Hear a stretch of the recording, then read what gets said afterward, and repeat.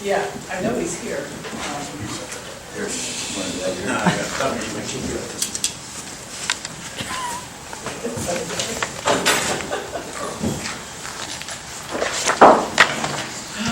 So who else has been sneezing the last 2 weeks?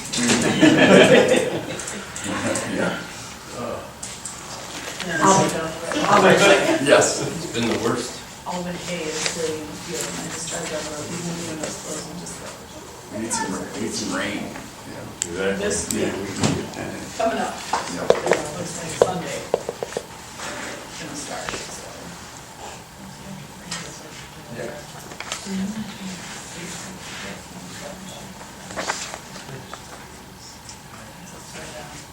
Can you read that? That's not, I can't read that.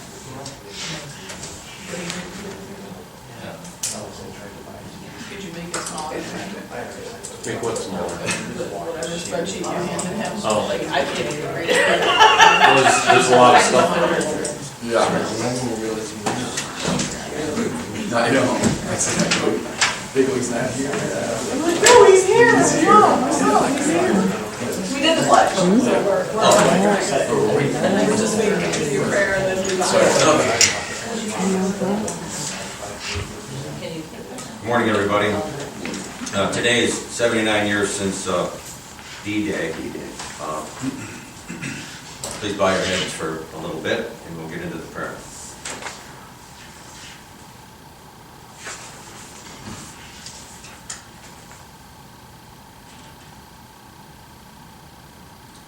Thank you.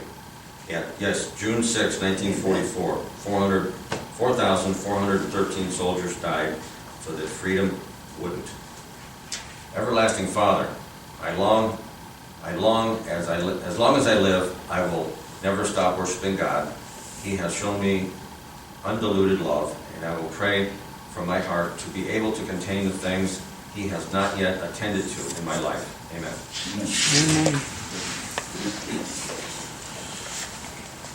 Okay, first item is financials. Today's financials include cash transfer from the general fund report technology for a portion of their 2023 operations funding.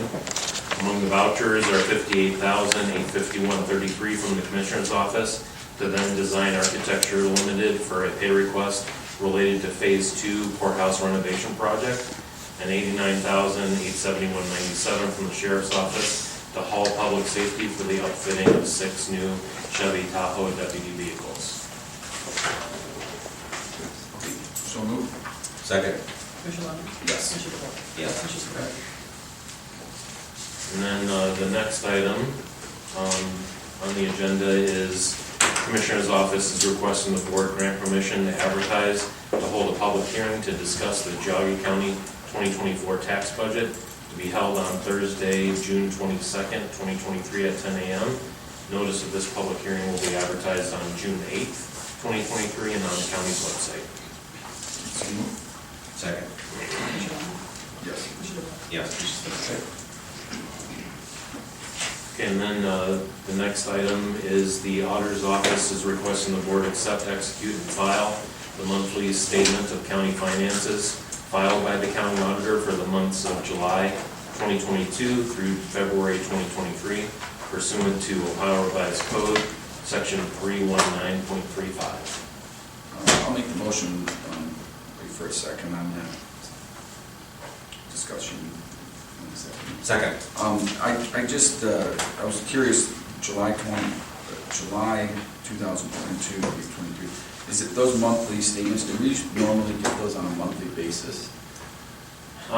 We do get them pretty much monthly from the treasurer's office. The auditor's office is a little more sporadic with them, and it's a little bit longer this time around because we did have some sort of reporting issue with New World that needed to be worked out, and there was a lot of manual adjusting of numbers to make them what they were supposed to be. So Right. I think we're getting this worked out. Okay, Should get because, them you know, for moving forward. the Commissioner's Office to review that, and I do review them, I look at them, and, you know, they're so far in the rear view mirror that it's, you know, there's really little input to have at that point, you know. Right. So I was just, I know the treasurer's office, but they're on a timely manner, I guess, every month, I think we see them from. Yeah, we do get them pretty regularly from them. Okay. I didn't know if that was just, if that was statutorily, it's a higher revised code, pursuant to a higher revised code, I didn't know if it was supposed, it has to be monthly by the higher revised code or not. Yeah, according to the Ohio Revised Code, it does say file monthly reports. Okay. So, Okay. I don't know if it necessarily indicates, like within so many days or weeks or whatever after the end of the month, but it does require them to Okay. file those. I was just curious, I noticed that the other day. Okay, thank you. Commissioner Warren? Yes. Commissioner DeWart? Yes. Commissioner Spillier? Aye. And then the next one is basically the same thing, just the treasurer's office is requesting the board accept, execute, and file the monthly statements of county finances filed by the county treasurer for the months of July 2022 through February 2023 pursuant to Ohio Revised Code, section 319.35. So moved. Second. Commissioner Lennon? Yes. Commissioner DeWart? Yes. Commissioner Spillier? Thanks. Yep, appreciate it.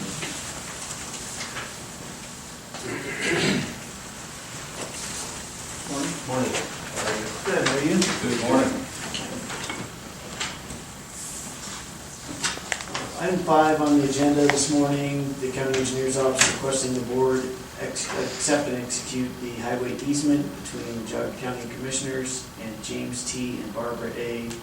Gotron, parcel number 060575150, for roadway improvements to Robinson Road, Township Road 76 in Sheridan Township in the amount of $3,000. So moved.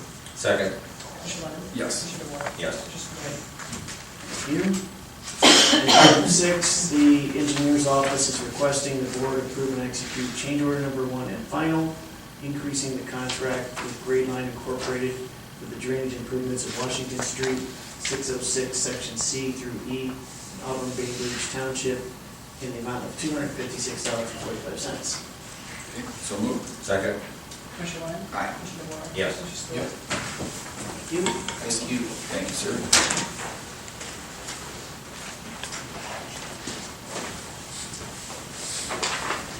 How are you? Good morning, good morning. Good to see you.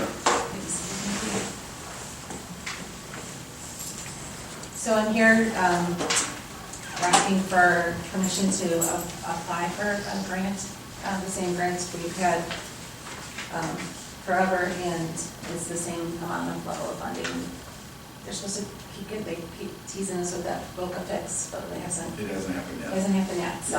Yeah, very good. Well, you do very important work, and we appreciate that, and support you and this grant 100%. So Thank you so much. So moved. Second. Commissioner Lennon? Yes. Commissioner DeWart? Yes. Commissioner Spillier? Yep. Thank you. Great. Thanks so much for coming. Thank you.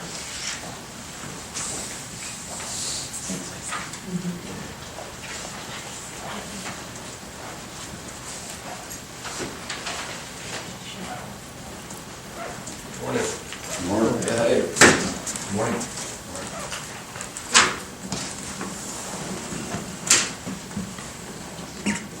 This number 8 is the VOW grant, the Violence Against Women's Grant award with for $59,162.58. So, I'll make the motion. Second. Yes. Commissioner DeWart? Yes. Commissioner Spillier? Hey.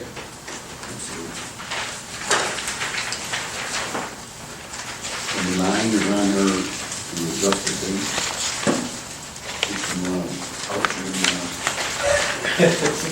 The microwave upgrade bid that we had to advertise was supposed to be advertised on the first and the 8th, it did not make the paper. Okay. So we are requesting to advertise, adjusting those dates to be this Thursday and next Thursday, the 15th, and then the bid opening is still the same date. Sounds good.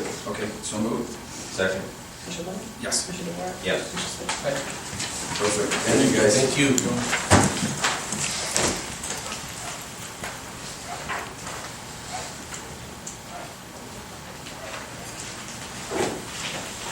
Morning. Hey. How are you? Department of Community and Economic Development is requesting Resolution 23-104, authorizing the President of the Board to make application to the State of Ohio Development Services Agency for financial assistance under the State of Ohio DY 2023 Community Development Block Grant Allocation Program. I'll make the motion. Second. Commissioner Lennon? Aye. Commissioner Moore? Yes. Commissioner Spillier? And we would also like to have you authorize and approve the President of the Board to execute the Ohio Department of Development Residential Anti-Displacement and Relocation Assistance Plan for the Community Development Block Grant Small Cities Allocation Program. So moved. Second. Commissioner Lennon? Yes. Commissioner DeBoer? Yes. Commissioner Spillier? And finally, we would like you to approve and authorize the President of the Board to execute the environmental review certification form for general administration, fair housing and planning for the CDBG BY23 allocation program. So moved. Second. Commissioner Lennon? Yes. Commissioner DeBoer? Yes. Commissioner Spillier? Thank you so much. Thank you.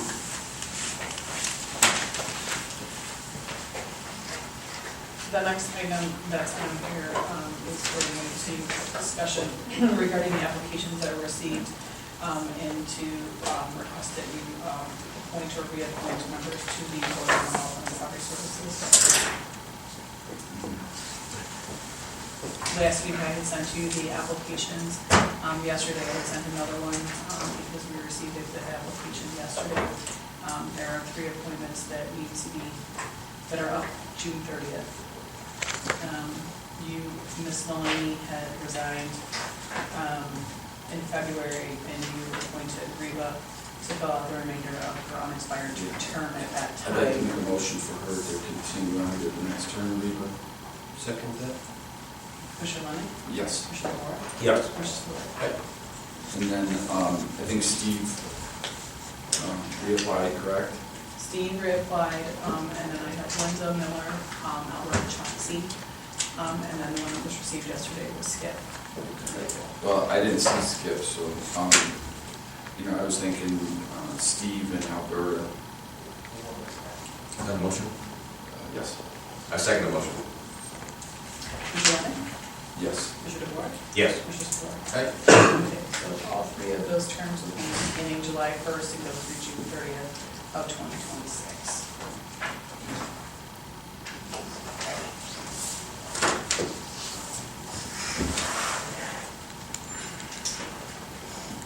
Okay.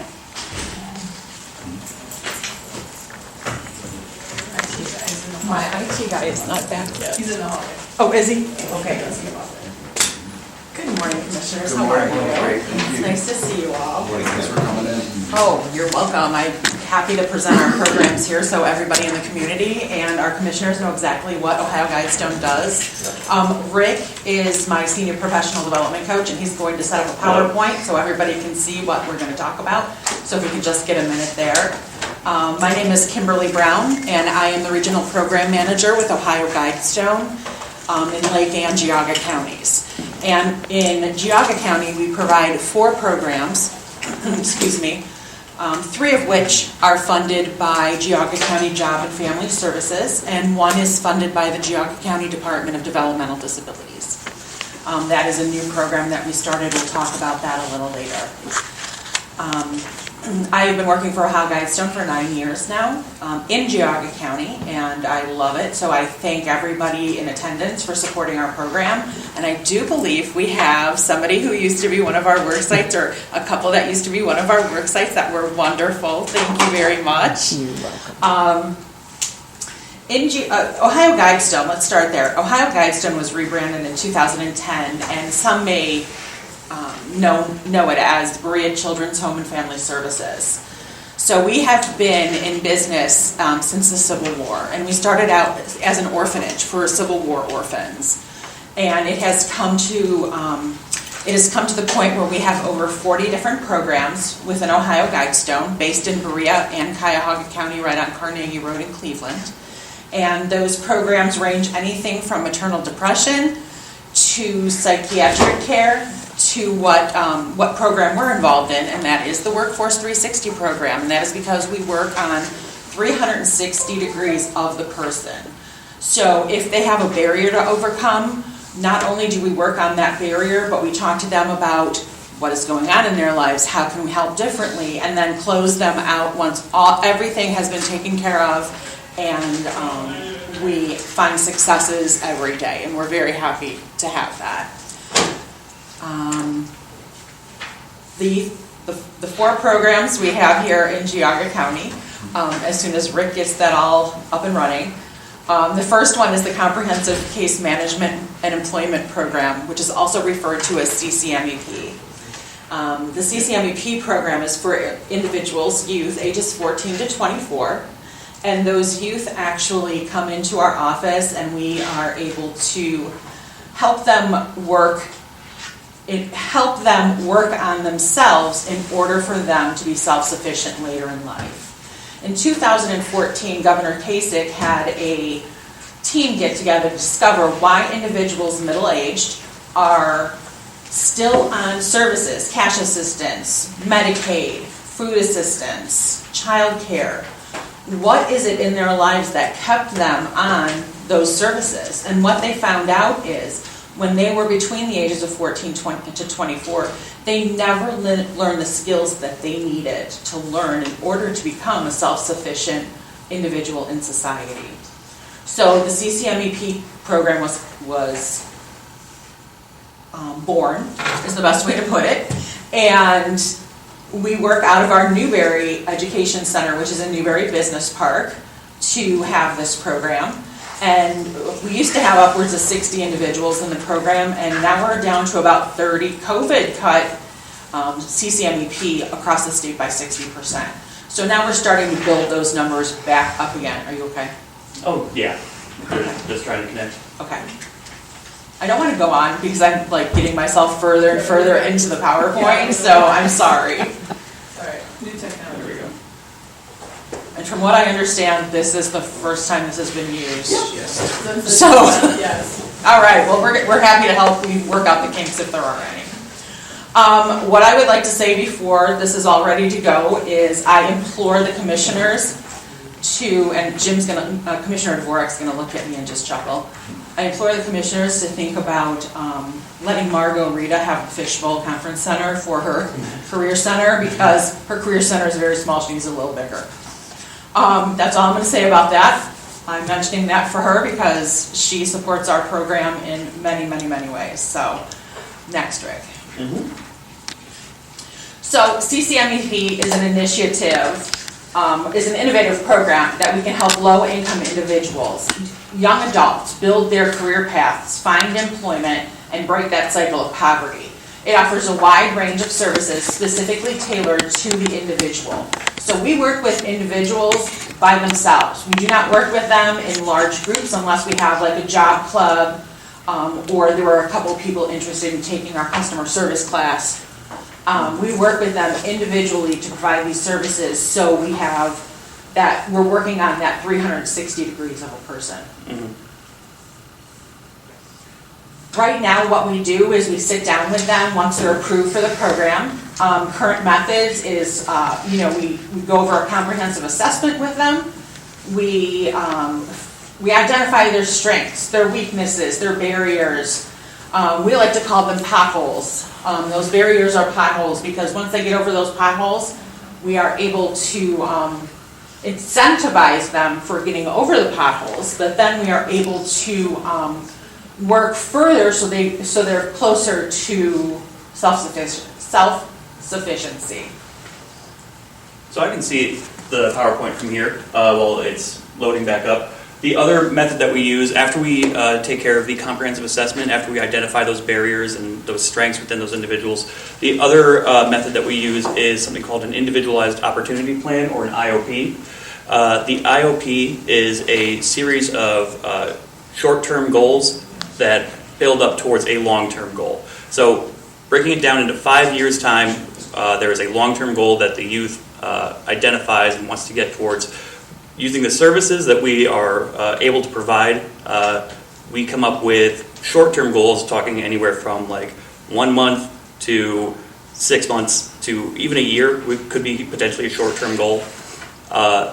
which is, we believe to be a building block towards that long-term goal. So that can be anything from obtaining a credential in customer service, signing up for Auburn, looking up tuition benefits to go to post-secondary, finding a tutor, so that they can get their grades up in school, all kinds of dropout prevention activities that we can do. Finding things like job clubs and career preps as well. I'm sorry. No, you got it, this is your part. The the upcoming model that is trending, I should say, is something called a goal for it method, whereas the comprehensive assessment is more focused on barriers and mitigating those barriers. The goal for it method really looks at what the strengths of the person is in relation to that goal, rather than figuring out what the barriers in relation to that goal would be. So that's the upcoming method. It's being used in certain parts of Ohio, all throughout CCMEP, and we're starting to implement it a little bit more in our area. And so far, with the people that we have done it with, it's been very, very successful. Can I interrupt here, Rick? Yeah. Okay, so as far as a goal in the goal for it model, let's take, they want to get their driver's license. So that is their goal. They want to get their driver's license. What 3 steps do they need to do, first off, to get their driver's license? Pick up the booklet or read it online. They need to take the test, and they need to find out where they want to take their driver's course through. We incentivize them for completing each of those goals. They can get $50. Picking up the book, we give them $50 each time they complete those goals.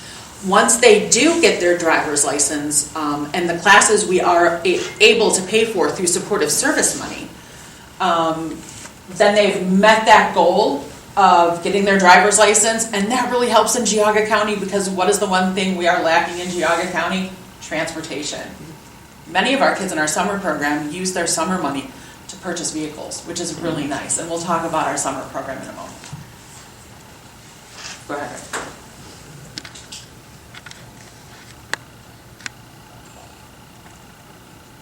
So the services that we provide are basically, can be broken down into 2 ideas. That would be the subsidized employment services, which is part of our summer program, and then the workshops that we do. So going further into those, kinds of routes, the subsidized employment program is probably one of our biggest successes in terms of getting active participants to engage in our program, to find work, to make lifelong connections with different work sites that we partner with.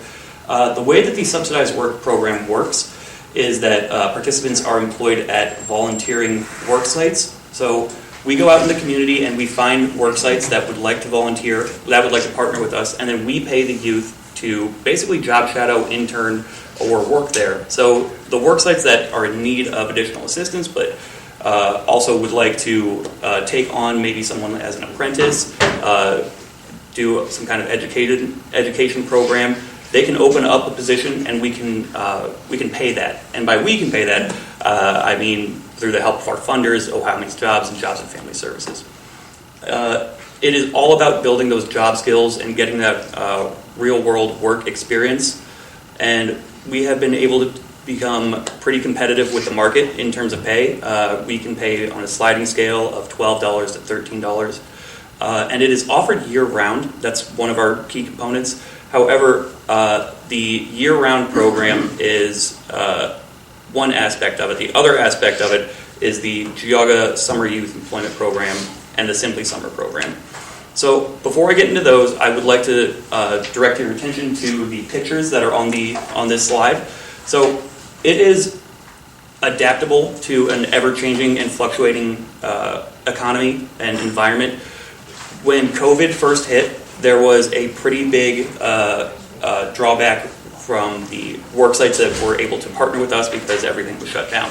So Kim and some of the other professional development coaches and some of the kids got together and decided that, well, we still want to, get some kind of work experience. We still need to make money somehow. So they came up with a business idea to make masks and give those masks to university hospitals and to other departments, other agencies in the county. And we were able to keep the subsidized work participants employed during COVID. Another way was when the COVID vaccines were getting rolled out. Some of our youth there are actually partnered up with the Geauga Board of Health, and they were there to usher people when they were coming in for the first round of COVID vaccines. And that was a very, very gainful experience for both the youth that participated in that work experience as well as the Geauga Board of Health. We were able to distribute over 500 masks to Tri-Point during that time. And then we also took on littler businesses that needed the masks as well. So we were able to put their logo on the masks and everything moving forward. So it was really a cool experience for the kids. I had sewing machines donated for our use during that time, and it was a really exciting venture, that's for sure. So the Geauga Youth Employment Program, we have 2 of those. So during the summer, so I should say year-round, the only individuals in our program that are allowed to use our subsidized employment program are our WIOA participants. So we are funded dually. One is WIOA, one is TANF. I'm sorry if you don't understand them both. It would take me all day to explain it to you if we sat here and we have that much time. So the WIOA participants are normally 18 to 24 years old, and they do not have a minor in the household. So we can do that employment program as long as we don't run out of money in the entire year. But our biggest program is the summer employment program with our CCMEP participants that are TANF funded. So anybody that has a sibling under the age of 18, or if they are under the age of 18. And we have several work sites in the area that hire them. This year, it looks like our biggest workplace is going to be the Chagrin Falls Park. They're hiring 14 of our individuals to work at the park community center this year, which is really cool. The other one is our Simply Summer program. Simply Summer is if they just want to be in the program for 10 weeks during the summer, they fill out a PRC application. It gets approved or denied through Job and Family Services, and then they're active in the Simply Summer program.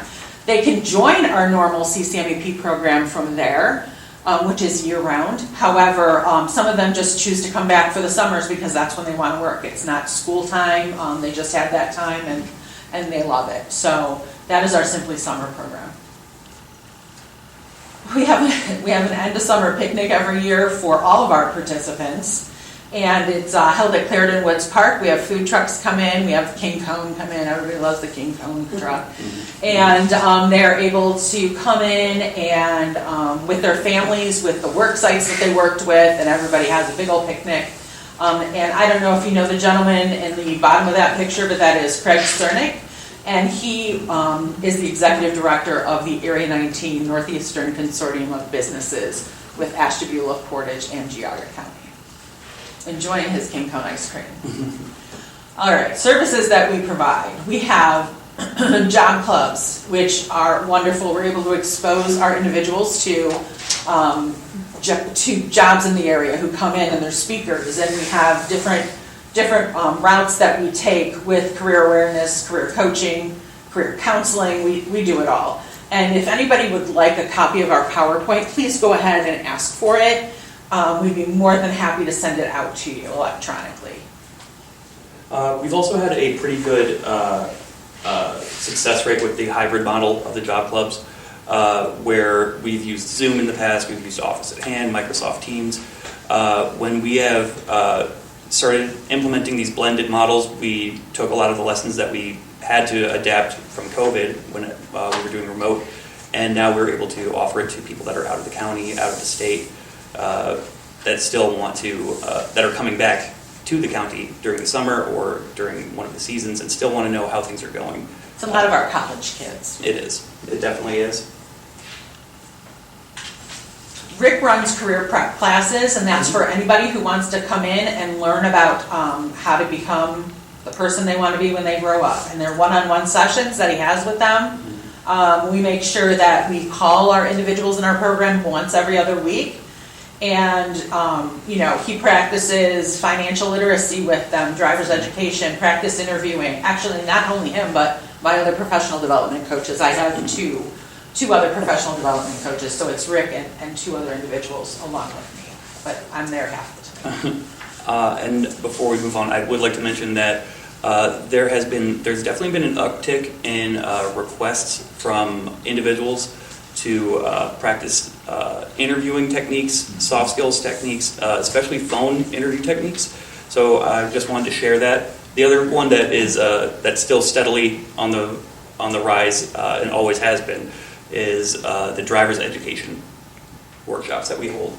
We also have a customer service class that if they pass the test at the end of the class, not only do they receive an incentive, but that certification is good for customer service when they go to apply anywhere in the United States. So if they move from Ohio to California, they can use that customer service certificate as part of their resume, and that helps individuals get positions in the resume or in the area. We provide a whole bunch of services, and I think we're taking a lot of time. So again, if you would like to see the what we do and how we do it, I mean, there's 32 services and 14 activities that we work off of, or I think I said it's differently. It's 32 services, 14, I don't know, okay. So it's in our contract. Long story short, this is a pretty good chunk of the ones that I have done personally since September of 2022 up till when I first started making this presentation, so the end of March. Obviously, we don't have the time to go over every single one of these, but yeah, we can definitely send out any of these slides to anyone that's interested if you want to peruse them.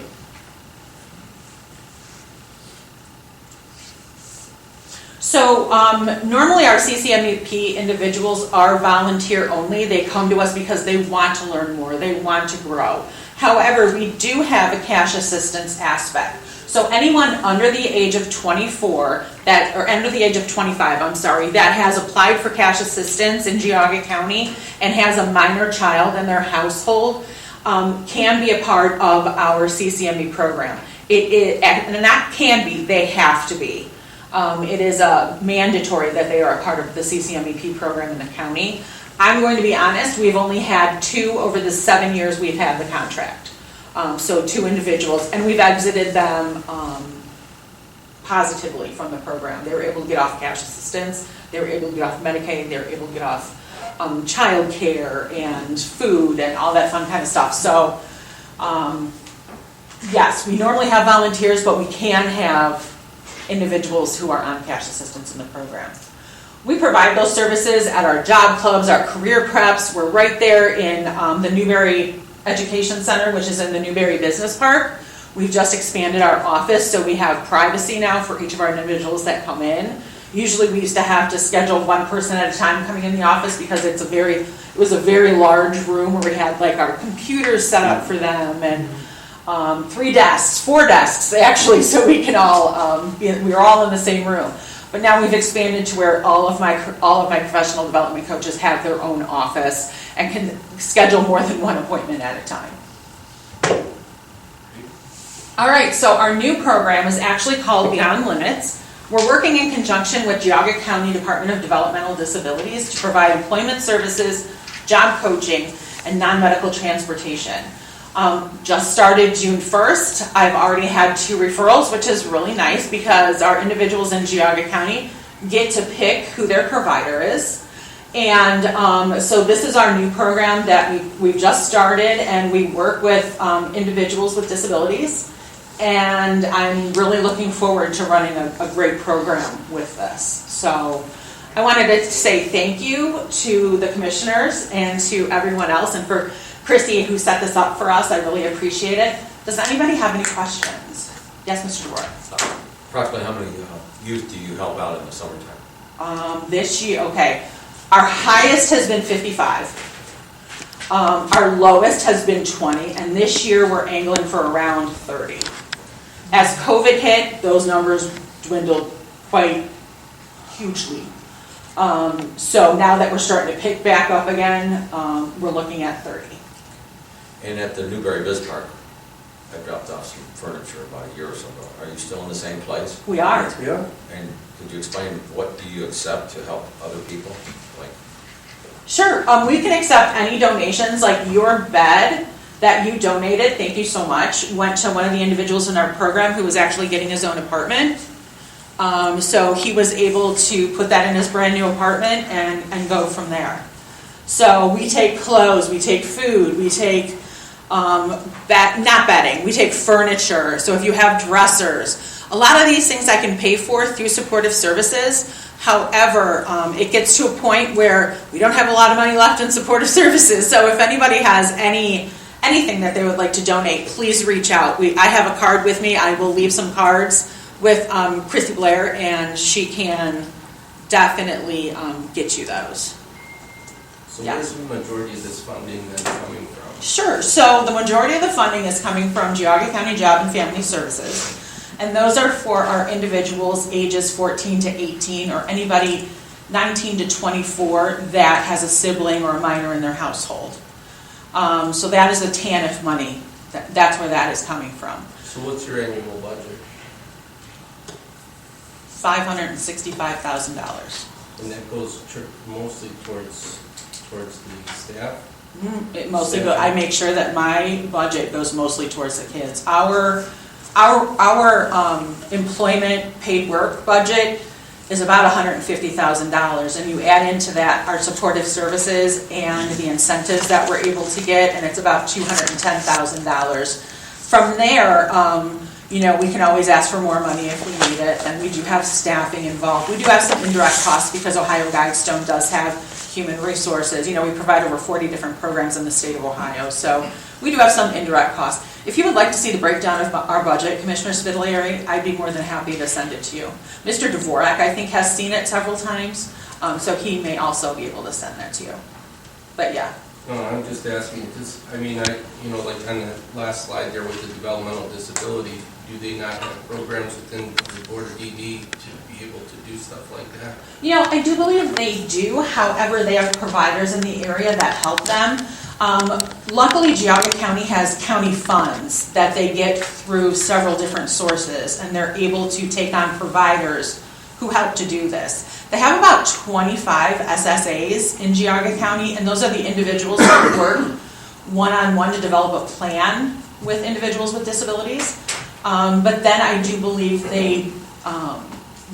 our individuals in Geauga County with disabilities are able to choose a provider to help them go to work, to help them learn the skills they need to go to work.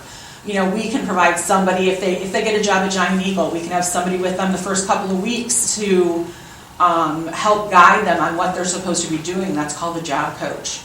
So our DD budget is completely different from the CCMEP budget because they're totally different two funding streams. And I guess, I'm just speaking personally,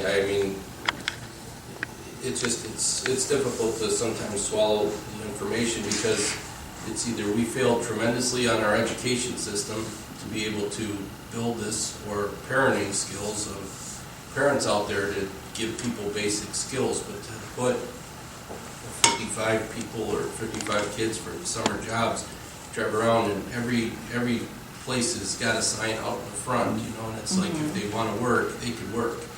They can. However, we don't just provide that work program. We have the wraparound for the yearly program where they learn other job skills. They learn from employers in the agency or in the county, and they also look at the fact. We also look at the fact that not all of the people hiring in the county want to work with individuals who've had troubled pasts. Yeah.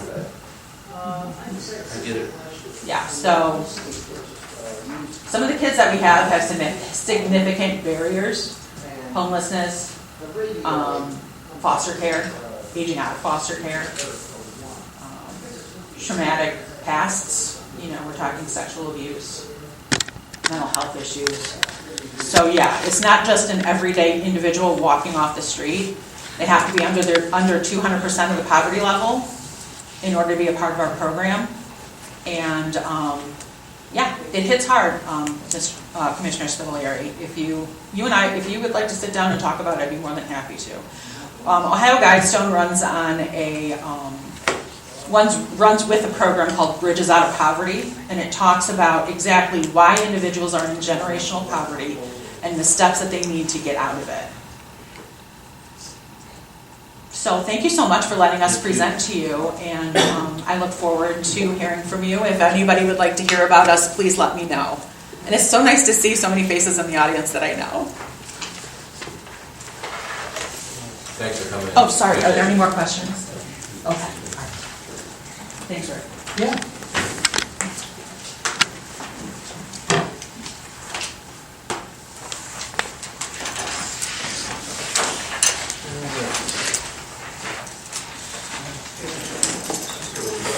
Get a motion to move into executive session for the purpose of discussing employment and compensation of employee in the Department of Development.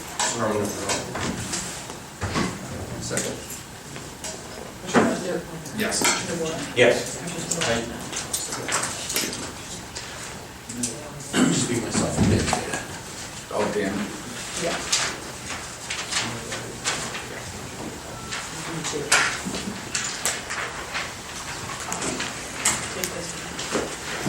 I'm gonna go over and talk to him. You're going? I'm gonna talk to Rick.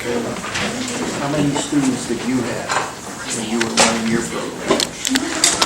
Care about things like we all do here. Maybe we'll see other good changes. Okay. All right, back from executive session. 10:55. Action.